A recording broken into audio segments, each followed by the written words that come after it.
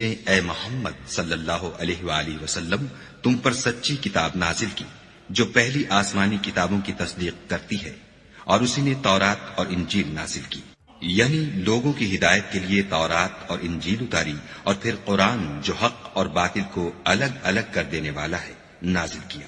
جو لوگ خدا کی آیتوں کا انکار کرتے ہیں ان کو سخت عذاب ہوگا، اور خدا زبردست اور بدلہ لینے والا ہے۔ خدا ایسا خبیر و بصیر ہے کہ کوئی چیز اس سے پوشیدہ نہیں، نہ زمین میں اور نہ آسمان میں۔ وہی تو ہے جو ماں کے پیٹ میں جیسی چاہتا ہے تمہاری صورتیں بناتا ہے، اس غالب حکمت والے کے سوا کوئی عبادت کے لائق نہیں۔ وہی تو ہے جس نے تم پر کتاب نازل کی جس کی بعض آیتیں محکم ہیں اور وہی اصل کتاب ہیں، اور بعض متشابہ ہیں۔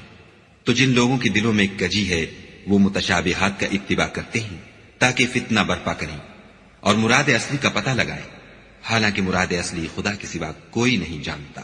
اور جو لوگ علم میں دستگاہ کامل رکھتے ہیں وہ یہ کہتے ہیں کہ ہم ان پر ایمان لائے، یہ سب ہمارے پروردگار کی طرف سے ہیں، اور نصیحت تو عقل مند ہی قبول کرتے ہیں۔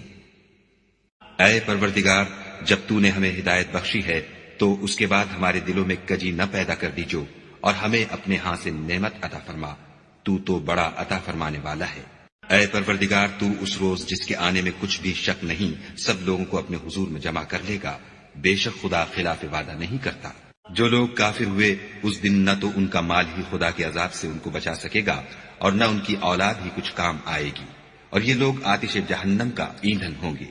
ان کا حال بھی فرعونیوں اور ان سے پہلے لوگوں کا سا ہوگا جنہوں نے ہماری آیتوں کی تکذیب کی تھی، تو خدا نے ان کو ان کے گناہوں کے سبب عذاب میں پکڑ لیا تھا، اور خدا سخت عذاب کرنے والا ہے۔ اے پیغمبر، کافروں سے کہہ دو کہ تم دنیا میں بھی عنقریب مغلوب ہو جاؤ گے اور آخرت میں جہنم کی طرف ہانکے جاؤ گے، اور وہ بری جگہ ہے۔